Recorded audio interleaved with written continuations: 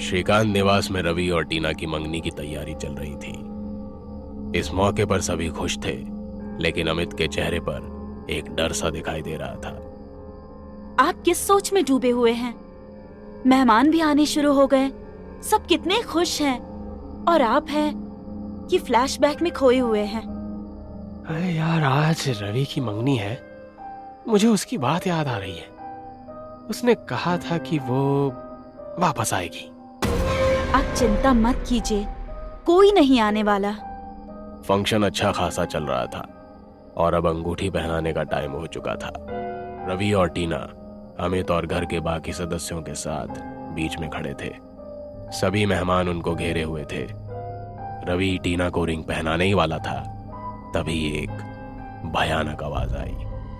रुको, घर में इतना अच्छा खुशी का मौका है और आप सब मुझे ही भूल गए। ये आवाज सुनकर अमित डर गया और बाकी सबने दरवाजे की तरफ देखा। कोई औरत मुंह पर घूंघट ओढ़े झुककर खड़ी हुई थी, जिससे पता चलता था कि वो कुबड़ी थी। घुंघरों की आवाज करते हुए उसने अपने कदम बढ़ाए और उसके चेहरे से घूंघट हटकर जमीन पर गिर गया।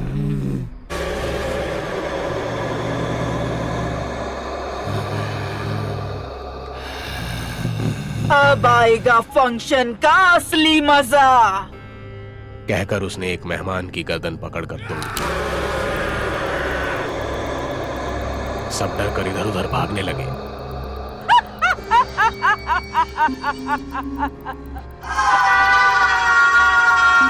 उसकी आवाज इतनी भयानक थी कि सभी ने अपने कानों पर हाथ ढक लिए। सबके कानों से खून आने लगा। एक एक करके सभी बेहोश हो गए।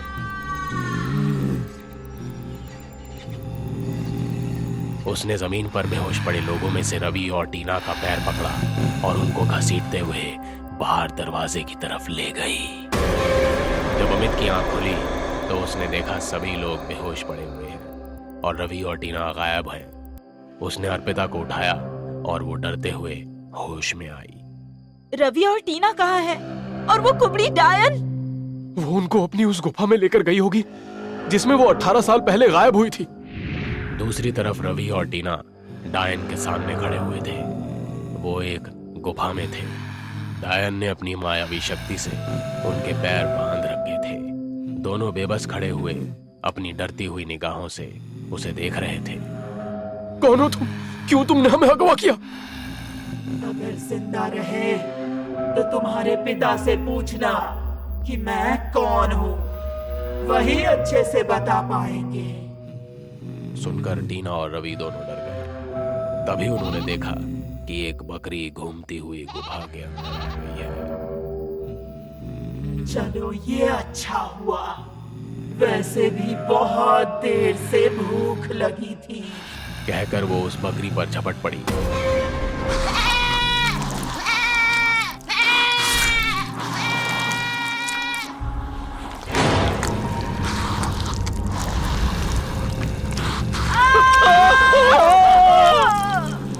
कुछ देर बाद अमित अपने साथ अर्पिता और एक तांत्रिक को लेकर वहां पहुंच गया। उनको देखकर टीना और रवि की थोड़ी हिम्मत बंधी। अरे ओ डायन, इस परिवार को छोड़कर चली जा, नहीं तो मुझे मजबूर होकर तुझे खत्म करना पड़ेगा। ये परिवार मेरा है, मैं इसको छोड़कर कहीं नहीं जाने वाली। ये सुनकर सभी डर गए और तांत्रिक गुस्से में आ गया। अगर ऐसा है तो ये ले। तू ये ठीक नहीं कर रहा है तांत्रिक। चली जा, अब भी वक्त है। बस कुछ देर और, फिर मैं ये शरीर छोड़कर इस टीना के शरीर में समा जाऊंगी। तो अब तुझे खत्म करना ही पड़ेगा। कहकर तांत्रिक ने एक मंत्र पढ़ा और उसके ऊपर पानी फेंका। फिर अपने गले से एक माला उतारी और तेजी से उसके गले में डाल दी। निकाल इसको! कुबड़ी डायन ने माला को उतारने के लिए जैसे ही उसको छुआ, जमीन पर गिरकर मचलने लगी। बैठ जा। तांत्रिक की बात सुनकर वो बैठ गई और तांत्रिक उसके सामने बैठकर मंत्र साधन करने लगा।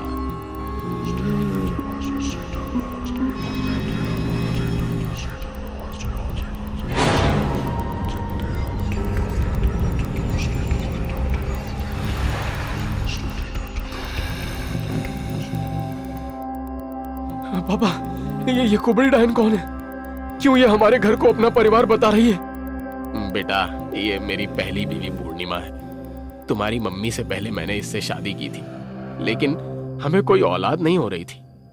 मुझे अपने घर का वारिस चाहिए था, इसलिए मैंने कई जगह से इसका इलाज करवाया, लेकिन कहीं से भी कामयाबी नहीं मिली।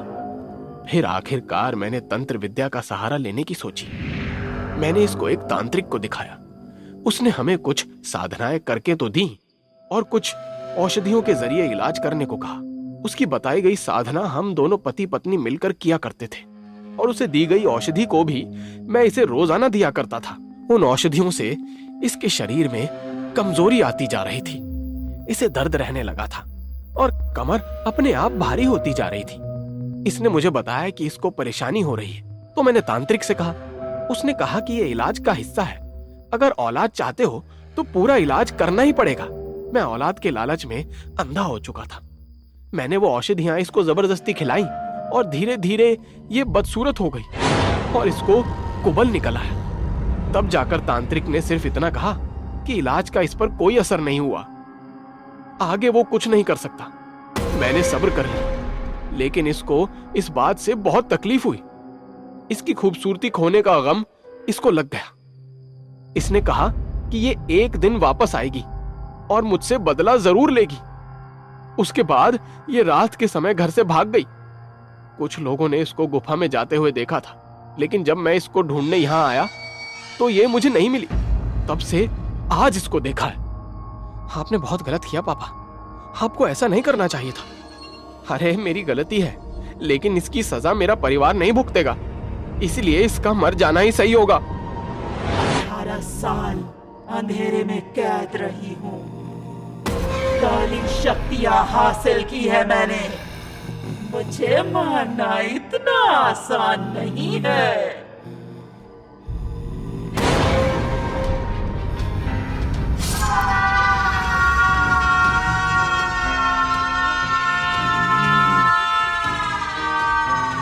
ये देख बाकी चारों भी चिल्लाए और बाहर की तरफ भागे, लेकिन कुबड़ी डायन ने टीना को पकड़ लिया। टीना ने जैसे ही चिल्लाने के लिए मुंह खोला, कुबड़ी डायन ने एक मंत्र पढ़ा। कुबड़ी डायन की आत्मा उसके शरीर से निकलकर मुंह से होती हुई टीना के शरीर में चली गई। कुबड़ी डायन का शरीर जमीन पर गिर गया। अब इस टीना का रोल खत्म। ये कहकर उसने एक और मंत्र पढ़ा और टीना की आत्मा निकलकर कुबड़ी डायन के शरीर में चली गई और वो उठ खड़ी हुई। टीना ने देर ना करते हुए चाकू उठाया और कुबड़ी डायन की गर्दन पर। नहीं! रवि, तुमको घबराने की जरूरत नहीं है। माना कि आत्मा मेरी है, लेकिन शरीर तो तुम्हारी टीना का ही है ना। मैं कोशिश करूंगी कि तुम्हें उससे भी ज्यादा प्यार करूं। अब अमित के परिवार के पास उसको अपनाने के अलावा और कोई रास्ता भी नहीं था, इसलिए वो बेबस हो गए। अब मैं हमेशा आपके घर में आपकी बहू बनकर रहूंगी, और फिर से कुछ उल्टा सीधा किया तो कुबड़ी डायन फिर से वापस आएगी।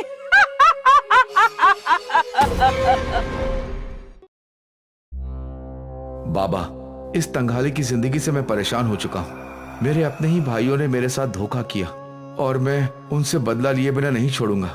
अगर किसी को रास्ते से हटाना है तो इसमें भूरी डायन ही तेरी मदद कर सकती है। भूरी डायन? वो कौन है? और अगर वो डायन है तो मेरा काम क्यों करेगी? भूरी डायन जंगल में एक बरगद के पेड़ के अंदर कैद है। अगर कोई इंसान अमावस्या की रात उस पेड़ के पास जाकर उसको किसी इंसान को खत्म करने के लिए पुकार लगाए तो वो बाहर जरूर आएगी। लेकिन बाबा, अगर उसने बाहर आकर मुझ पे ही हमला कर दिया तो? अभी वो बंधन मुक्त नहीं है। जो इंसान उसको पुकारता है वो उस पर हमला नहीं कर सकती। तुम जिस इंसान को मरवाना चाहते हो उसकी कोई भी एक चीज लेकर अमावस्या की रात को उस पेड़ के पास जाना और कहना, भूरी डायन आना और इस चीज के मालिक को अपना शिकार बनाना। उसके बाद अगली पूर्णमासी की रात भूरी डायन आएगी और उस इंसान को अपने साथ लेकर चली जाएगी। ये सुनकर नीलेश खुश हो गया। एक बात ध्यान में रखना, भूरी डायन को सिर्फ एक ही इंसान को गायब करने के लिए पुकारना। अगर एक से ज्यादा भेंट चढ़ाई तो बहुत ही बुरा होगा। मैं ध्यान रखूंगा बाबा। भूरी डायन आना और जिसका ये पेन है उसको अपना शिकार बनाना। उसने इसी तरह 3 बार कहा। वहाँ बहुत तेज हवा चली और एक भयानक हंसी फिजा में गूंजने लगी।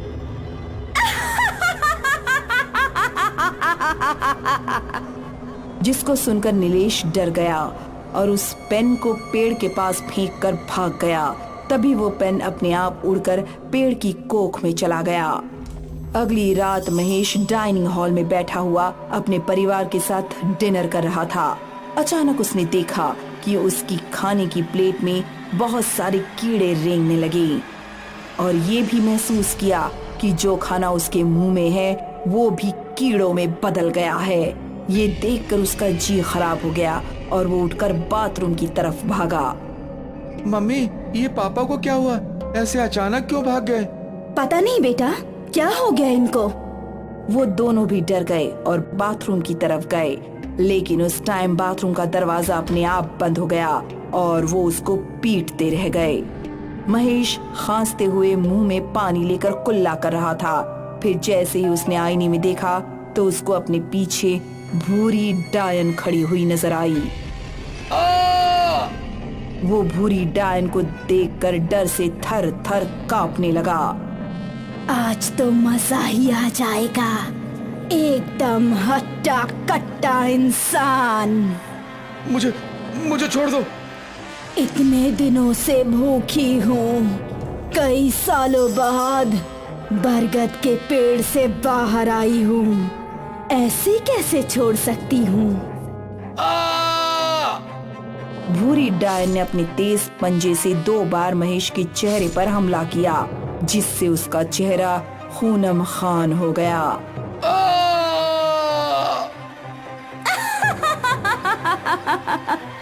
उसने भयानक हंसी हंसते हुए महेश का गला पकड़ा और फिर कोई मंत्र पढ़ा।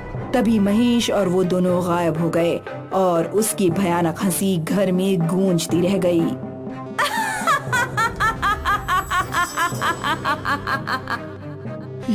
ये मैं कहाँ आ गया? चुप हो जा, बस अब सब्र नहीं होता, अब मुझे मेरी भूख शांत करने दे। कहकर उसने अपने तेज नाखूनों वाला पंजा महेश के पेट में मारकर उसका पेट चीर डाला और फिर उसका मांस निकाल निकाल कर खाने लगा।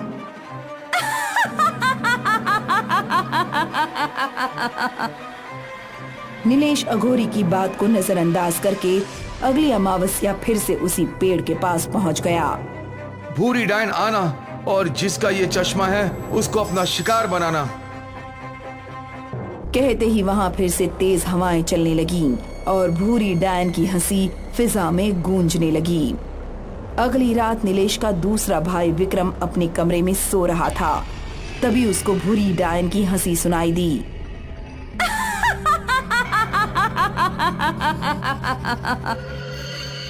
जिसको सुनकर वो और उसकी बीवी दोनों जाग उठे और भूरी डायन को देखकर चिल्ला पड़े।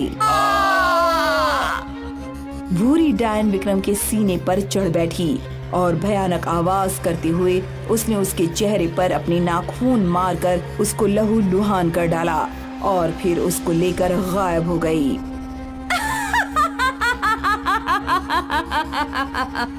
तेरे भाई ने तेरी भेंट देकर बहुत बड़ी गलती की है। इतना कहकर भूरी डायन ने उसके पेट में पंजा मारकर उसको फाड़ डाला और फिर उसका मांस खाने लगी। अब अगली रात से भूरी डायन अपनी मर्जी से किसी भी घर में जाती और एक इंसान को उठा लाती। ये बात पूरे गांव में फैल चुकी थी और शाम होते ही गांव में डर का माहौल बन जाता था। कोई भी घर से बाहर नहीं निकलता था।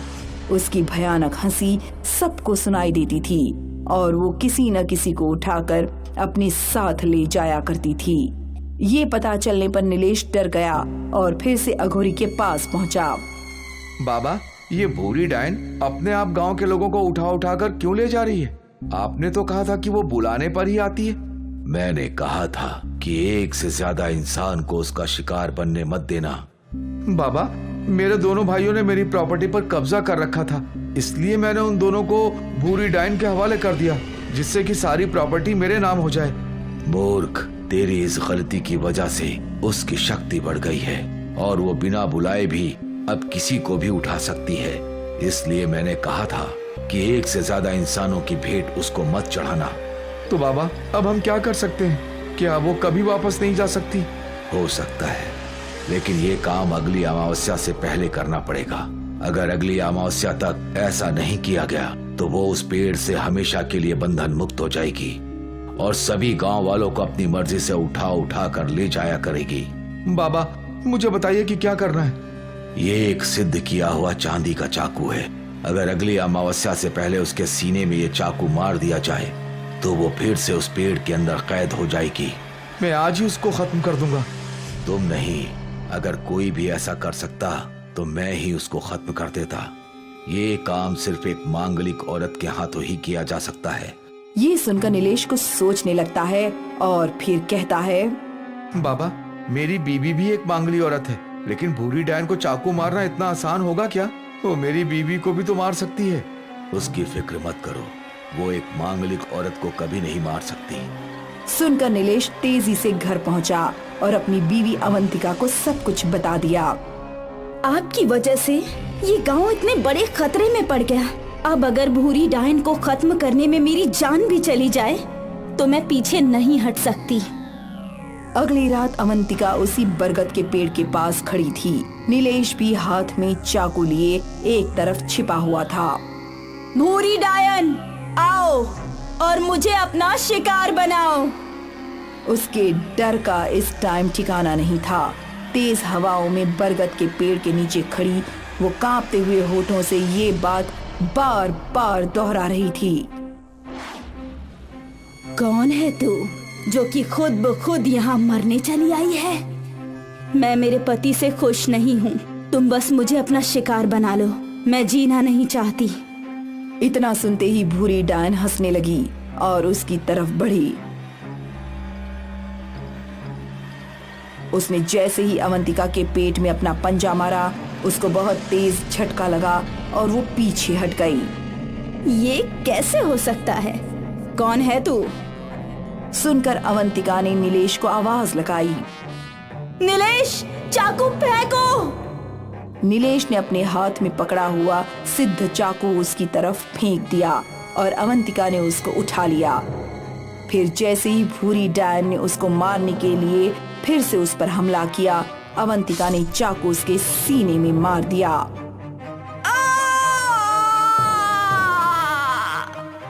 भूरी डायन के मुंह और सीने से खून निकलने लगा। उसकी चीख सुनकर बाकी सब गांव वाले जो अभी तक छिपे हुए थे सामने आ गए और उसको तड़पते हुए देखने लगे। कुछ मिनटों में वो जल भूनकर खाक हो गई और धुआं बनकर वापस पेड़ के अंदर हो गई। अवंतिका और नीलेश, तुम दोनों की वजह से ही हमें इस डायन से छुटकारा मिला है। इसके लिए हम तुम लोगों के हमेशा आभारी रहेंगे। फिर सभी हंसी खुशी जंगल से गांव की तरफ वापस चले गए और पेड़ से एक आवाज आती रह गई, मैं वापस जरूर आऊंगी। बहुत पुरानी बात है। दीपालपुर नाम का एक गांव था। गांव के मुखिया का नाम था दुखीराम। मुखिया की शादी को कई वर्ष हो गए थे, लेकिन उन्हें अभी भी संतान की प्राप्ति नहीं हुई थी। लोग मुखिया की पत्नी को बांझ कहा करते थे। कोई भी उसकी पत्नी का चेहरा देखना नहीं चाहता था। कहते हैं बांझ का चेहरा देखने से पूरा दिन खराब हो जाता है। पर क्या करें, पत्नी मुखिया की थी, इसीलिए थोड़ी बहुत बात तो करनी पड़ती थी। पत्नी को भी संतान प्राप्ति ना होने का बहुत दुख था। एक दिन गांव में एक फकीर बाबा आए और भिक्षा मांगते मांगते मुखिया के घर पहुँचे और बातों ही बातों में मुखिया की पत्नी का हाथ देखा। तुम्हें बच्चा नहीं है बेटा? आपको कैसे पता? हम हस्तरेखा में निपुण हैं और हाथ देखकर ये बता सकते हैं कि क्या होने वाला है। जरा देखिए, मेरी भाग्य की रेखा में मुझे संतान की प्राप्ति कब होगी? मुखिया की पत्नी का हाथ देखते हैं और कहते हैं, बेटा संतान तो तेरे भाग्य में भगवान ने नहीं दी। अगर मैं जो बताऊंगा वो काम करेगी तो संतान की प्राप्ति अवश्य हो जाएगी। कहती है, ठीक है बाबा, मैं वही काम करूंगी जो आप कहेंगे। ठीक है, बताइए मुझे, लेकिन मुझे संतान की प्राप्ति होनी चाहिए। मैं बहुत दुखी हूँ, मैं संतान के लिए कुछ भी कर सकती हूँ। तो सुनो, तुम्हें पुत्र प्राप्ति के लिए अमावस्या की रात को किसी माँ बाप के इकलौते बेटे की बलि देनी होगी। गांव के बाहर पीपल के वृक्ष के नीचे, और उसके खून से 2 बूंद एक कलश में डालकर पीना होगा और कहना, लो प्यासी आत्माओं, इस बलि को स्वीकार करो और मुझे पुत्र की प्राप्ति दो। फिर बच्चे के बाल काट के अपनी साड़ी के पल्लू में बांधना। इतना काम करोगी तो तुम्हें पुत्र की प्राप्ति हो जाएगी। बाबा भिक्षा लेकर वहाँ से निकल जाता है। 3 दिन बाद अमावस्या की रात्रि थी। मुखिया की पत्नी ने देवरानी के पुत्र की बलि दे दी और उसका खून पिया और बालों को पल्लू में बांधा और आत्माओं से कहा, लो आत्माओं, इस लड़के की बलि को स्वीकार करो और मुझे पुत्र की प्राप्ति दो। मुखिया की पत्नी फिर घर लौट आई। सुबह पता चला कि मुखिया के छोटे भाई के पुत्र की हत्या हो गई है। मुखिया और छोटे भाई दौड़े दौड़े पीपल के पास पहुंचते हैं और गांव में खबर फैल जाती है। पूरा का पूरा गांव पहुंच जाता है, लेकिन पता नहीं चलता कि हत्या किसने की। किसी तरह कोई उसका सर धड़ से जोड़ देता है, कोई पैर जोड़ देता है। सब यही कह रहे थे, कैसे हुआ, ये सब किसने किया? ये बड़ी चिंता का विषय है और सभी अपने अपने घर आते हैं। जैसे ही मुखिया अपने घर पहुंचता है और देखता है कि उसकी पत्नी पकवान बना रही है। अरे क्या तू पागल है? तुझे बच्चे का बिल्कुल दुख नहीं है और पकवान बना रही है। मैं क्यों शोक करूं? क्या मेरा बेटा मरा है? आपको खुश होना चाहिए, अब आपको पुत्र की प्राप्ति हो जाएगी। इतने में ही मुखिया आग बबूला हो गया और पत्नी को मारने के लिए तलवार ढूंढने लगा, लेकिन उसे तलवार नहीं मिली। फिर वो सोचता हुआ अंदर जाता है तो पत्नी के कपड़े खून में सने थे, तलवार खून से भिड़ी थी। मुखिया समझ गया कि इसने पुत्र प्राप्ति के लिए बच्चे की बलि दी है, इसे तो जान से मार दूंगा, पर अभी मार दिया तो सब लोग मुझे गलत समझेंगे। अब तो हर रात कुछ न कुछ घटना हो रही थी। किसी की बकरी मारी जाती थी तो किसी की गाय मर जाती थी, किसी का बैल मर जाता था। ऐसी घटनाओं से पूरा गांव परेशान हो गया। एक दिन मुखिया घर के बाहर सो रहा था। उसने देखा एक औरत उसके घर से निकली। वो औरत उसकी पत्नी ही थी और पास के ही एक बाड़े में चली गई। मुखिया भी उसके पीछे पीछे चला गया और चुपके से देखने लगा क्या होता है। उसकी पत्नी ने तलवार से बछड़े का सिर काट दिया और धड़ को पीपल के पेड़ के पास ले गई। तभी और आत्माएं आ गईं। अब सभी मिलकर उसका मांस चपाचप नोच नोच कर खाने लगी। ये नजारा देखकर मुखिया के पैरों के नीचे की जमीन खिसक गई। मुखिया वहाँ से भागकर गांव में गया और गांव वालों को सारी बात बताई। तुम सबकी बर्बादी एक डायन की वजह से हुई। चलो इस डायन को मारना ही होगा। और सभी डंडा तलवार लेकर उस जगह पहुंचते हैं। गांव वालों को देखकर सभी चुड़ैल वहां से भाग जाती हैं। उसकी पत्नी रह जाती है। मुखिया की पत्नी को इस हालत में देख सब हैरान रह जाते हैं। ये तुम्हारी मालकिन नहीं है, डायन है, मारो इसे। और सभी डंडे से उसे मारने पीटने लगते हैं। उसकी पत्नी वहां से भागती है और चिल्लाती है, मुझे बचाओ, बचाओ मुझे। और पास के कुएं में कूद जाती है। उसकी साड़ी कहीं फंस जाने से वह लटक जाती है। मेरी मदद करो, कोई मुझे पानी दो, मुझे बहुत प्यास लगी है, बचाओ मुझे। मुझे पानी दो, मुझे प्यास लगी है, मुझे पानी दो, कोई मदद करो, कोई पानी दो वरना तुम सब पानी को तरसोगे। मैं बर्बाद कर दूंगी सबको, पानी को तरसा दूंगी। सभी वहाँ से गांव आ जाते हैं। 2 दिन तक लाश लटकती है। तीसरे दिन पता नहीं लाश कहाँ गायब हो जाती है। ये देखकर सब अचंभित हो जाते हैं। कुछ दिनों के बाद कुएं और नदी का पानी भी सूख जाता है। गांव वाले पानी के लिए परेशान होने लगते हैं। दूसरे गांव से पानी लाते हैं, वर्षा भी नहीं होती है। अचानक जिस कुएं में मुखिया की पत्नी मरी थी उसमें पानी आ जाता है। लोग वहाँ से पानी भरने जाते हैं और आवाज आती है, जो ये पानी पिएगा मरेगा। तुम सब ने मुझे मारा था, मैं तुम सबको मार दूंगी। पानी पीने के लिए और खाने के लिए तरसा दूंगी। कुछ लोग पानी पीते हैं तो किसी को चर्म रोग हो जाता है, किसी के अंग सड़ने लगते हैं। इस गांव वालों पर भयंकर विपदा आ पड़ती है। हे भगवान, किन कर्मों की सजा दे रहा है तू? हमारी मदद कर, कृपा कर हम पर। तभी एक महात्मा उस गांव की तरफ आते हैं। महात्मा जी को पूरी कहानी सुनाते हैं। इस गांव को बचा लो महात्मा जी। मुझे अपने एक शिष्य को ले आने दो जिसका नाम विराट है। हम दोनों मिलकर काम कर देंगे, तुम्हारी मदद जरूर करेंगे। और महात्मा दूसरे दिन विराट को लेकर आ जाते हैं। विराट, तुम्हें उस कुएं में जाना है। जाकर उस चुड़ैल के सबसे पहले बाल काटना, उसके बाद ये खंजर उसके सीने में उतार देना, फिर शरीर जला देना जब तक हम तुम्हारी रक्षा के लिए यहाँ यज्ञ करेंगे। जी गुरुजी, मैं समझ गया। कुएं के पास विराट गांव वालों के साथ पहुंचता है और कुएं में कूद जाता है। अंदर जाकर देखता है एक डायन हवन कर रही थी।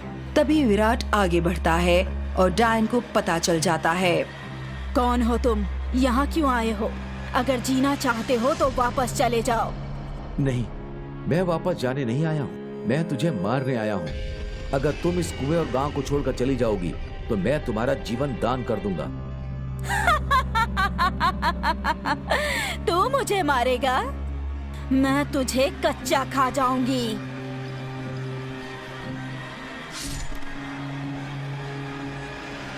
मुझे छोड़ दे मुझे मत मार। तुमने गांव वालों को बहुत परेशान किया है, अब तुम जिंदा नहीं बचोगी।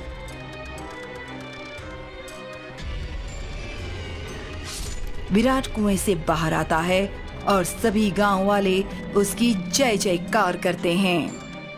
मेघना और समीर कई सालों बाद अपने आउट हाउस आए थे और इस टाइम वो हॉल में बैठे हुए बातें कर रहे थे। तभी किसी ने दरवाजा खटखटाया। अरे, इतनी रात को कौन हो सकता है? अभी देखता हूँ मालिक। नहीं, तुम रुको, तुम रूम में जाकर थोड़ी सफाई वगैरह कर लो। देखो, वो हमारे सोने के लायक है ही नहीं, जैसा आप कहें। कहकर महेश कमरा साफ करने चला गया और समीर ने जाकर दरवाजा खोला। सामने लाल साड़ी पहने हुए एक खूबसूरत लड़की खड़ी हुई थी। जी कहिए, आप कौन? मैं बहुत मुसीबत में हूँ, क्या आप मेरी मदद कर सकते हैं? उसने हिचकिचाते हुए कहा। जी, आप फिक्र मत कीजिए, प्लीज अंदर आइए। कहकर समीर ने उसको अंदर ले लिया। मेघना भी उसको देखकर खड़ी हुई और उसके करीब गई। वो लड़की बहुत ही डरी हुई लग रही थी। दोनों ने उसको हॉल में बैठाया। मेघना ने उसको पीने के लिए पानी दिया और फिर उसकी हिम्मत बंधाई। अब आपको घबराने की जरूरत नहीं है, आप हमारे घर में बिल्कुल सेफ हैं। लेकिन बताइए कि आपके डर की वजह क्या है? मेरा नाम मोहिनी है, मैं अपनी कार से जा रही थी। सुनसान रास्ता देखकर वहाँ घूम रहे 3 गुंडों ने जबरदस्ती मेरी कार रोक ली और मुझसे बदतमीजी करने लगे। मैंने अपनी जान बचाकर वहाँ से भागना ही ठीक समझा। मुझे तो वो कोई नुकसान नहीं पहुँचा पाए, लेकिन वो मेरी कार लेकर फरार हो गए। सुनकर दोनों को उस पर रहम आया और समीर बोला, आप फिक्र मत कीजिए, अभी हम कुछ दिनों के लिए यहाँ हैं। शहर यहाँ से काफी दूर है, जब हम जाएंगे तो आपको साथ ले चलेंगे, तब तक आप यहाँ पर रुक सकती हैं। तभी महेश कमरे से बाहर आया और सामने मोहिनी को देखकर उसके चेहरे पर डर दिखाई देने लगा।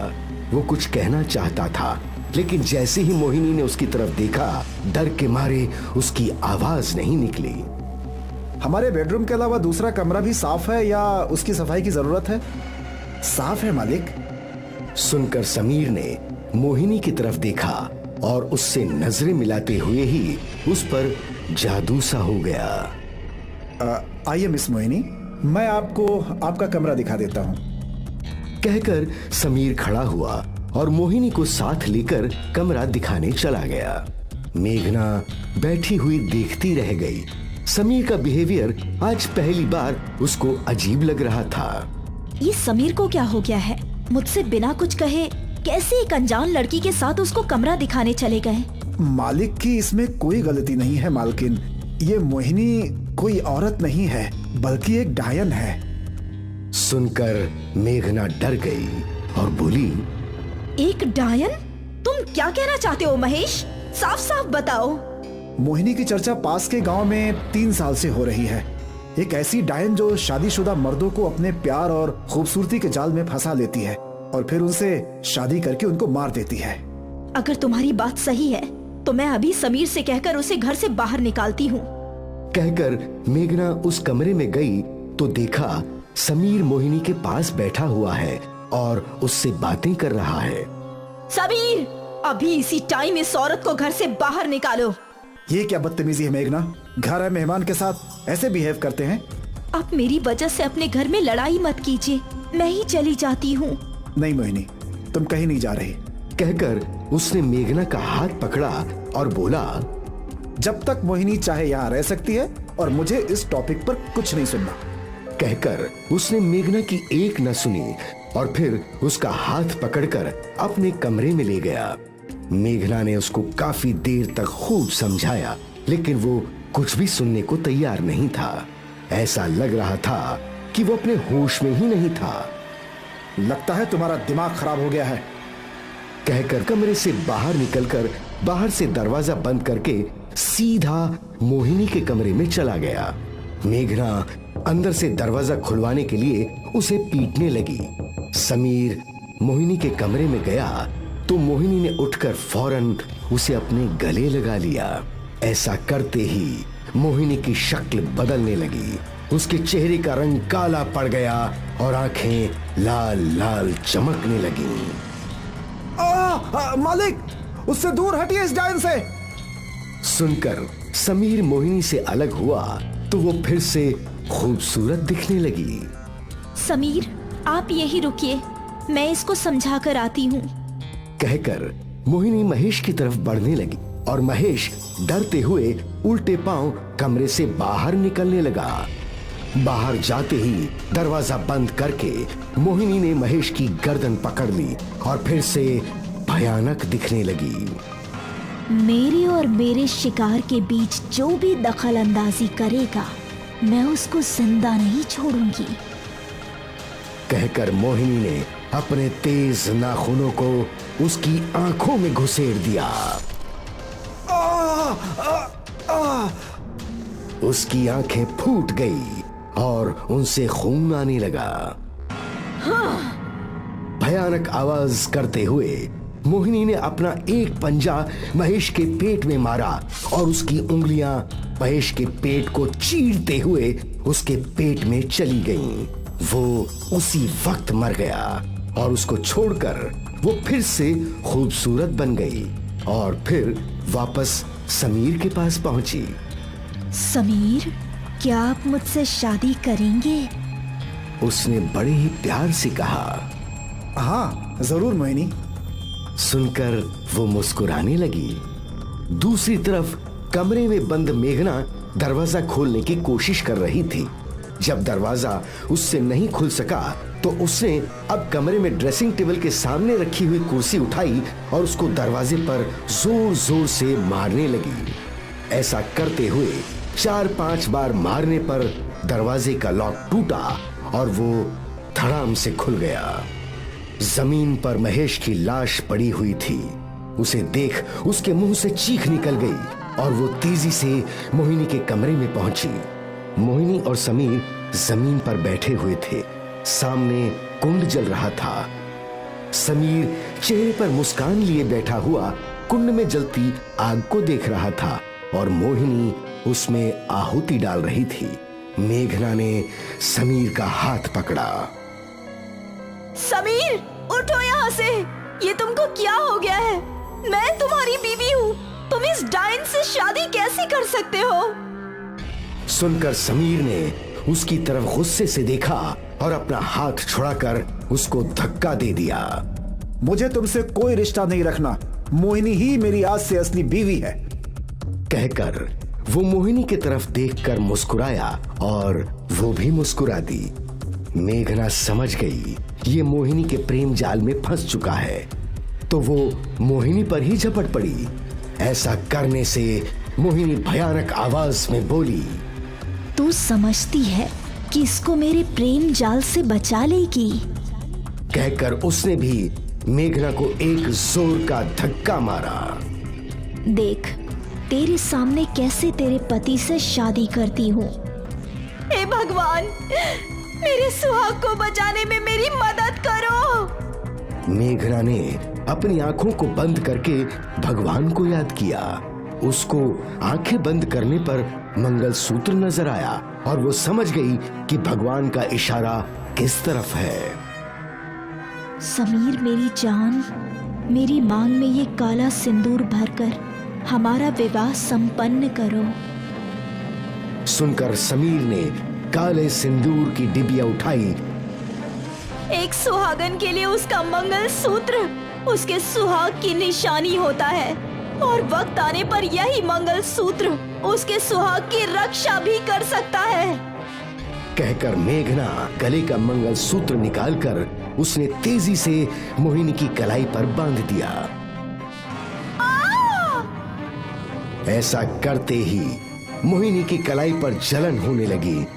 अब वो अपने असली रूप में आ चुकी थी, जिसको देखकर समीर के ऊपर से उसका असर खत्म हुआ और वो भी उसका भयानक रूप देखकर चिल्ला उठा। समीर, इसको उतारो, निकालो इसे, निकालो।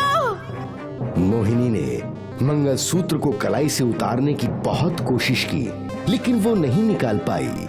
आखिरकार वो जमीन पर गिरकर तड़पने लगी और देखते ही देखते जलकर राख में तब्दील हो गई। ये देखकर समीर मेघना से बोला, मुझे माफ कर दो मेघना, मुझे कुछ याद नहीं कि मेरे साथ क्या हो रहा था।